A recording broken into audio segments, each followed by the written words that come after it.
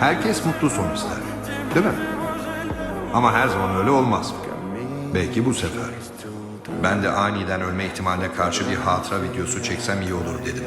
Ölürüm filan. Yani aslında ölüm her zaman vakitsiz olmaz. Bu yarın deneyeceğimiz zamanda yolculuk olayı yüzünden her şeyin hayatta kalabilirliği fikri kafamı kurcalıyor. Nedeni bu. Hem kahramanlık böyle bir şey. Sonu da maceranın bir parçası. Niye endişeleniyorum ki?